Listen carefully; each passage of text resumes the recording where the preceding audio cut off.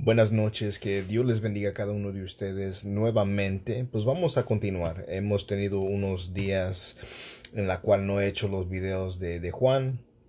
El último que subí fue en cuanto a los atributos de Dios. Estamos en esa serie y pues vamos a continuar en esa serie los jueves. Pero en cuanto a las lecturas de Juan, los planeo hacer de lunes a viernes, con algunas excepciones. Los haré tal vez el sábado y el domingo.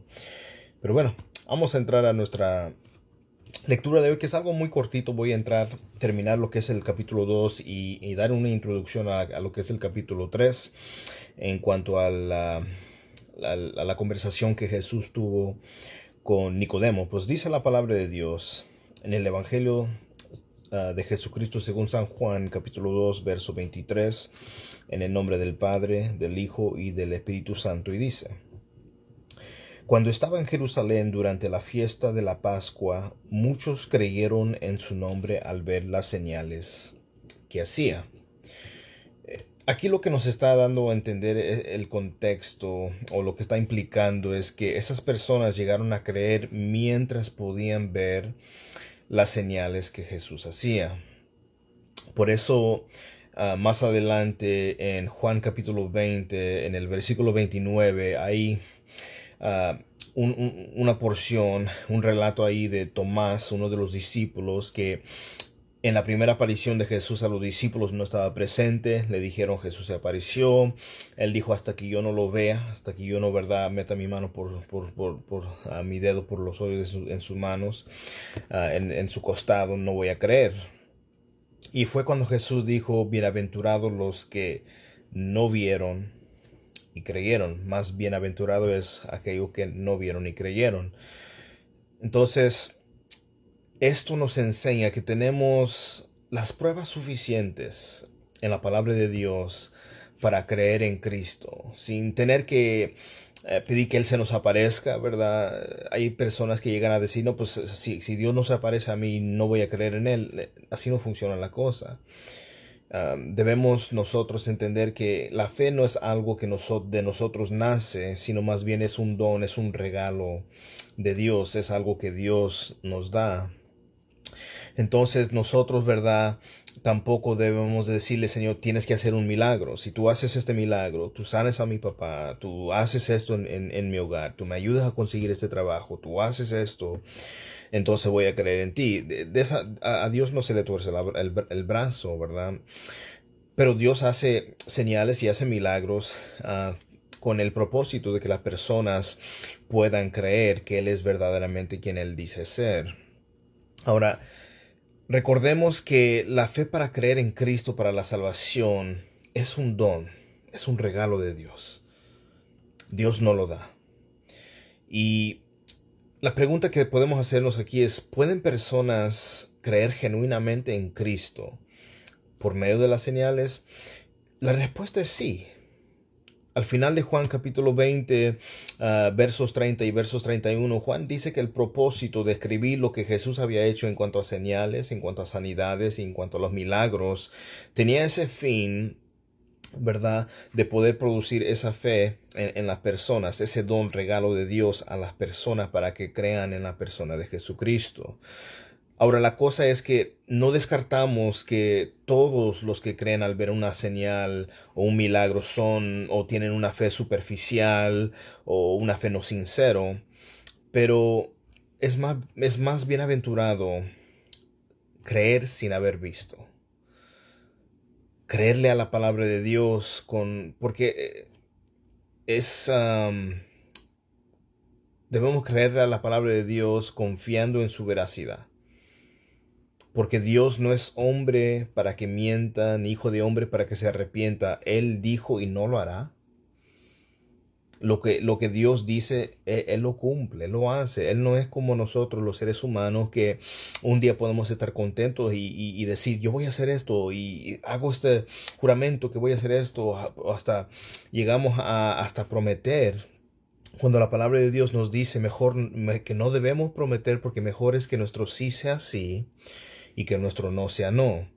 Entonces muchas veces hacemos, ¿verdad? Tomamos a la ligera cosas así, y Dios, ¿verdad? Lo que Él dice, Él lo hace. Él es fiel, Él es veraz. Él habla y ejecuta lo que Él dice. Lo que él dice acerca de algo, eso sucede, eso pasa. Esto lo vemos en Números 23, verso 19, ¿verdad? Donde nos dice que Dios no es hombre para que mienta, ni hijo de hombre para que se arrepienta. Cuando Él dice hacer algo, Él lo cumple. Él no deja cosas a medias. Él es un Dios poderoso que puede obrar en las circunstancias más difíciles, más en las circunstancias imposibles. Por eso Él es el Dios de lo imposible. Él convierte lo imposible en posible. Él obra poderosamente, pero no en nuestros términos, no cuando nosotros le digamos al contar al tres, como algunas personas, algunos falsos ministros por ahí se toman la libertad y ¿me entiendes? Tienen ¿cómo se puede decir?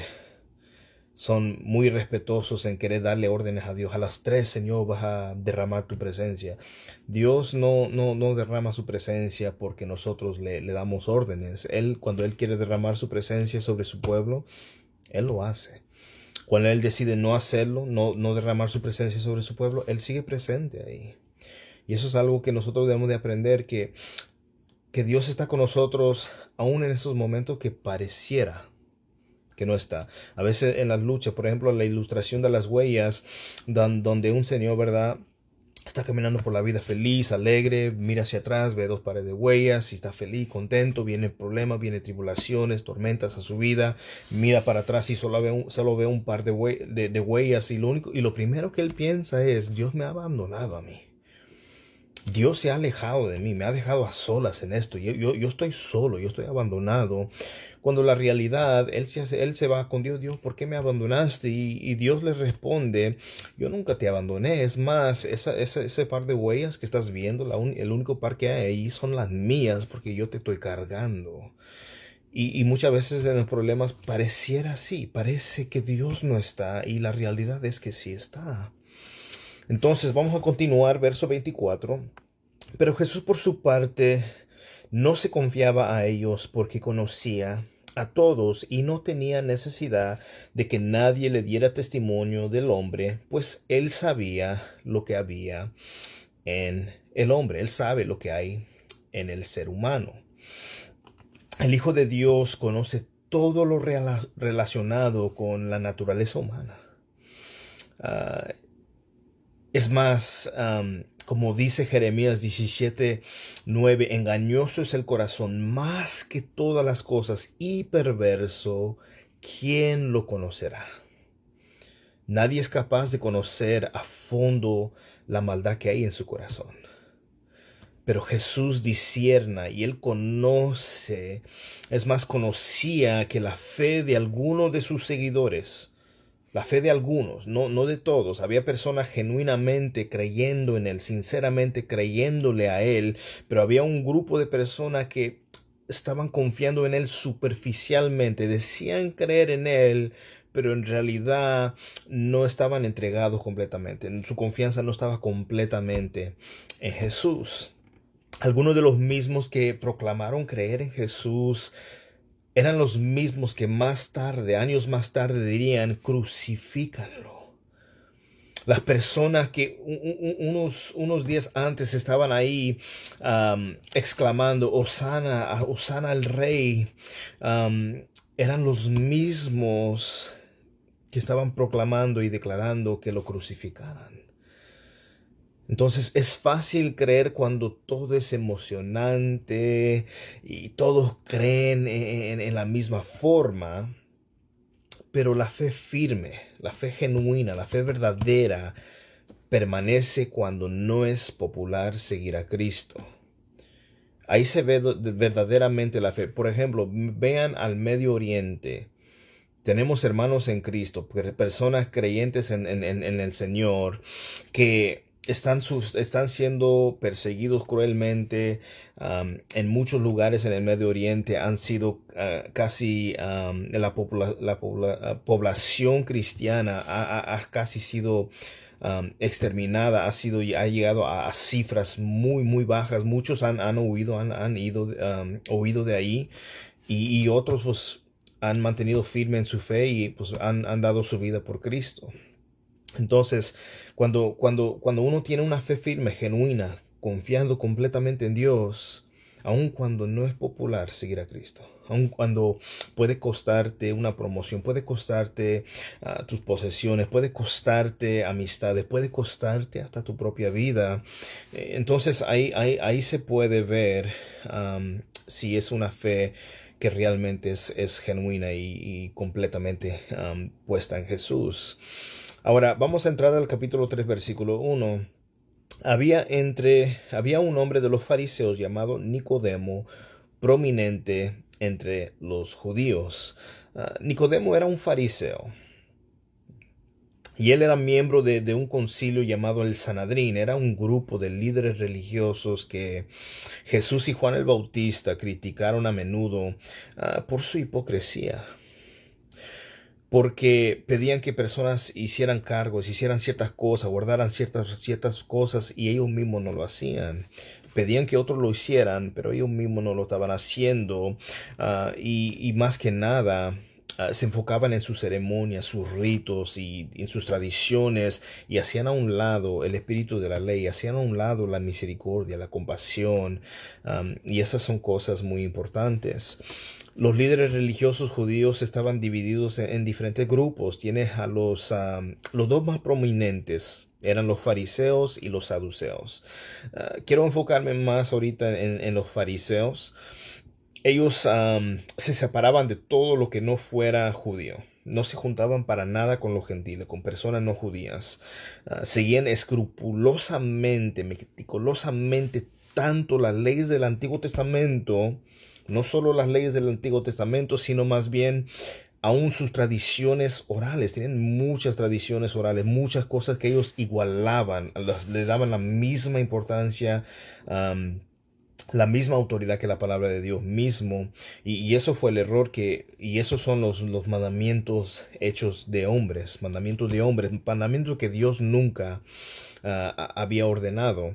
Y entonces tenían muchas tradiciones orales que habían llegado a través de los siglos, y los fariseos venían de todos los niveles sociales, ¿verdad? Por ejemplo, los saduceos eran de familias sacerdotales, de nobleza, pero en cuanto a los fariseos, no importara el nivel social, fuera alta, fuera mediana, fuera nivel social baja, no importara. Entonces estaban de todos los niveles sociales ahí incluidos. Pero Juan el Bautista los criticó a ellos por su legalismo, por su hipocresía, porque seguían a la pie de la letra la ley, pero pasaban por alto su verdadera interpretación. Muchos fariseos estaban celosos de Jesús porque hacía que su autoridad de ellos se mirara tan débil. Porque Jesús hablaba con una autoridad tan impresionante que la gente se quedaba maravillada, la gente se quedaba sin palabras, se asombraban de la autoridad que Jesús tenía. Y es más, Jesús rebatía sus puntos de vista que iban contrarias a la palabra de Dios. Pero lo interesante es que Nicodemo, un fariseo que formaba parte del concilio del Sanedrín, él indagaba y creía que Jesús tenía respuestas. Aunque él era un erudito, un maestro de la ley, él fue con Jesús para instruirse. Nicodemo pudo haber enviado a uno de sus asistentes con Jesús, pero él quiso examinar a Jesús personalmente para distinguir entre el hecho y el rumor. Él quería saber lo que era realmente verdadero y de lo que nomás era rumores de lo que la gente decía. Y es más probable porque dice en el versículo 2, ahorita que lo vamos a leer, que él había venido, ¿verdad?, de noche. Él vino a Jesús de noche. ¿Por qué razón? ¿Cuál fue la razón, el propósito de eso? Bueno, él realmente temía que sus colegas, los fariseos, criticaran su visita y por eso como que le dio pena, le dio vergüenza, aunque él en el fondo sabía que Jesús no era lo que estaban diciendo acerca de él, que era impostor, que estaba mintiendo y por esa misma razón, ¿verdad? A la vez como que todavía tenía incertidumbre, va de noche, quiere esconderse y más tarde lo asombroso es que cuando entendió que Jesús en realidad era el Mesías, um, él habló abiertamente en su defensa. En Juan capítulo 7, versos 50 y 51. Él ya en ese momento creyó en Jesús como el Mesías y abiertamente, a la luz del día, defendió a Jesús. Y como Nicodemo, usted y yo debemos examinar a Jesús personalmente. ¿En qué manera? Bueno, no hay que enviar a otros para indagar acerca de Jesús. No, nosotros mismos podemos hacerlo a través del estudio de la palabra de Dios. Es algo hermoso, precioso, que nosotros con la palabra de Dios, que es la revelación de Dios, es como Dios se da a conocer a nosotros. Podemos leerlo, podemos estudiarlo, escudriñarlo, y ahí aprendemos verdades muy, muy importantes. Y es más, dice Juan, que conoceremos la verdad y la verdad nos hará libres. Igualmente nos dice, si el Hijo os libertare, si Jesús nos liberta, seremos verdaderamente libres. Entonces, si creemos que Él es quien dice ser, y a través de la Escritura vemos que todo lo que Él decía de sí mismo era tal como Él lo dijo. Él no mintió, él no tenía que agregarle a su currículum, él no tenía que usar ¿cómo se puede decir? De la manipulación. No, él fue alguien sincero, él fue alguien que habló la verdad, él fue alguien con autoridad y todo lo que él decía era en base a lo que el Padre, a lo que Dios Padre le ordenó hablar. Dijo, todo lo que yo he hablado, lo he hablado porque así el Padre me ha pedido hablarlo. Y todo lo que él decía de sí mismo era la verdad, era cierto.